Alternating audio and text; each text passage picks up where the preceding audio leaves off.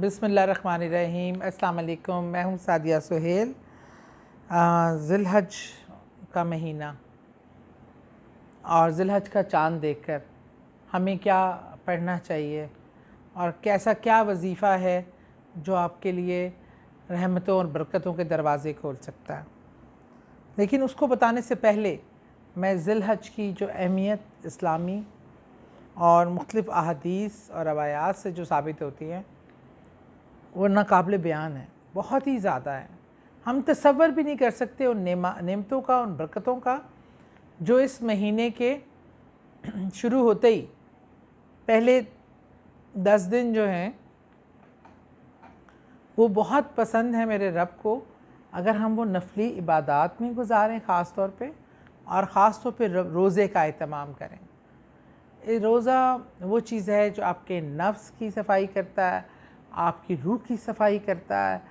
اور یہ وہ دن ہے جب صحابہ اکرام رسول کریم صلی اللہ علیہ وسلم بہت شوق سے اور بہت اہتمام سے اور بہت عزت و احترام سے روزے رکھا کرتے تھے اور نفلی عبادت کیا کرتے تھے۔ یہ ذی الحج کا چاند دیکھ کر دعا کرنا اور اس کی قبولیت کا، اس کا رسول کریم صلی اللہ علیہ وسلم نے حکم فرمایا ہے کہ اس کی بہت فضیلت ہے اور اس وقت کی دعا رد نہیں ہوتی۔ اب بات یہ ہے کہ دعا تو میرا رب ہے، بے نیاز ہے، جب چاہے سنے، جب چاہے کر سکتے ہیں، جس حالت میں چاہے کر سکتے ہیں، لیٹتے بیٹھتے اٹھتے چلتے پھرتے، وہ آپ کو بندے کا اور رب کا معاملہ ہے۔ میرا رب بڑا ہی پیار کرنے والا اور غفور الرحیم ہے، بہت ہی پیار کرنے والا۔ لیکن کچھ عمل ایسے خاص ہوتے ہیں، کچھ طریقہ کار اتنے خاص ہوتے ہیں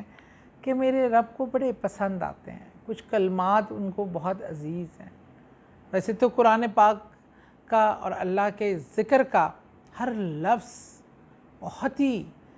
مقدم ہے، مکرم ہے اور میرے رب کے دل کے نزدیک ہے۔ اللہ کو پکاریں، اللہ کو اچھا لگتا ہے، اللہ سے دعا کریں، اس کو اچھا لگتا ہے۔ آپ کسی دنیا میں جائیں نا، آپ میرے پاس آئیں، کوئی آئے گا میرے پاس کہے گا بھی مجھے کوئی پیسے دے دو، کبھی کوئی کہے مجھے جوڑا دے دو، کبھی مجھے کوئی کہے کہ گھر کا راشن دے دو، کبھی کوئی کہے اپنے زیور دے دو، کوئی کہے اپنی اولاد دے دو، کچھ مانگے کرے، تو آپ کو کتنا برا لگتا ہے۔ محلے والے کو 1 سے 2 بار آ جائے، کوئی رشتہ داری ضرورت کی چیز دوسری بار مان لے، تو تیسرا ٹائم ہم ایوائڈ کرنا شروع کر دیتے ہیں کہ یار یہ آیا ہے نا تو کچھ مانگے گا۔ اکثر جمعرات کے دن، جمعے کے دن آپ کے گھروں میں دستخط ہوتی ہے اور مانگنے والے آتے ہیں، تو آپ کہتے ہیں یار دروازہ نہ کھولنا، یہ وہ مانگنے والے ہی ہوں گے۔ ہم کس طرح گھبراتے ہیں مانگنے والوں سے۔ میری رب کی شان دیکھو، وہ ہر وقت کہتا ہے مجھ سے مانگو، مجھ سے مانگو، مانگتے کیوں نہیں بدبختو، مجھ سے مانگو، مجھ سے اپنی نجات مانگو، مجھ سے اپنی بھلائی مانگو، مجھ سے رزق مانگو، مجھ سے زندگی مانگو، مجھ سے صحت مانگو، جو دل کرتا ہے مانگو۔ یہاں خزانوں کی کوئی کمی نہیں، یہاں دینے والا سے بڑا سخی کوئی نہیں، وہ دیتا ہے۔ معافی مانگو، آنکھیں نم کر کے اس سے استغفار مانگو، توبہ مانگو،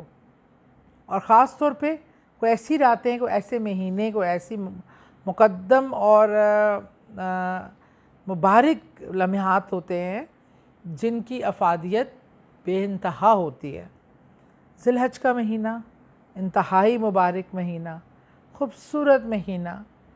قسمت والوں کا مہینہ جو اللہ کے گھر کی زیارت کرنے جاتے ہیں،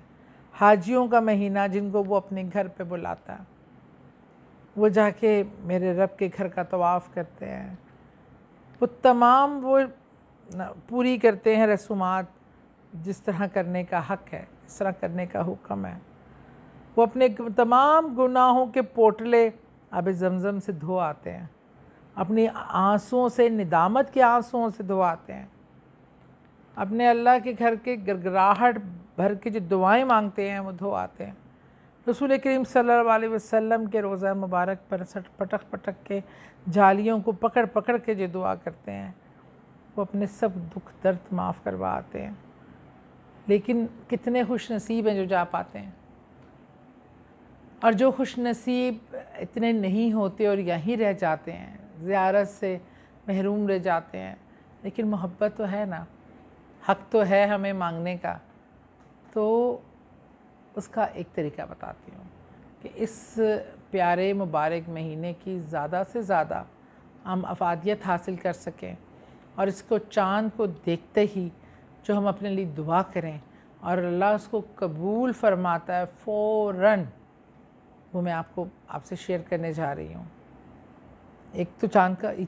ذی الحج کا چاند دیکھتے ہی آپ اللہ کا شکر ادا کریں، دعا پڑھنے کے بعد، اور آپ 2 نفل حاجت کے پڑھیں، اور پھر آپ نے جانماز پہ ہی بیٹھے بیٹھے آپ نے تیسرا کلمہ 313 بار، تیسرا کلمہ 313 بار وہیں جانماز میں پڑھ بیٹھ کے آپ نے خشوع و خضوع سے پڑھنا ہے، اور رب سے درخواست کرنی ہے اپنے گھر کی زیارت کی، رسول کریم صلی اللہ علیہ وسلم کے گھر کی زیارت کی، اور اپنے تمام خواہشات، نیک خواہشات کی پوری کی، رزق کی، اولاد کی، شادی نہ ہونے کی، اور اس بابرکت مہینے کے فیض سے اپنی جھولی بھر جانے کی، کہ بھر دے جوری میری یا محمد، تیرے در سے نہ جاؤں گا خالی۔ تو یہی جذبہ لے کے کہ آپ روضہ رسول صلی اللہ علیہ وسلم پہ کھڑے ہیں، آپ دعا تو مانگ کے دیجئے، آپ کے دل کی وہ تمنا اتنے عروج پہ ہو کہ آپ یہاں بیٹھے ہوں گے، وہاں حاضری قبول ہو جائے گی۔ اپنی دعاؤں میں یاد رکھیں، خوش رہیں۔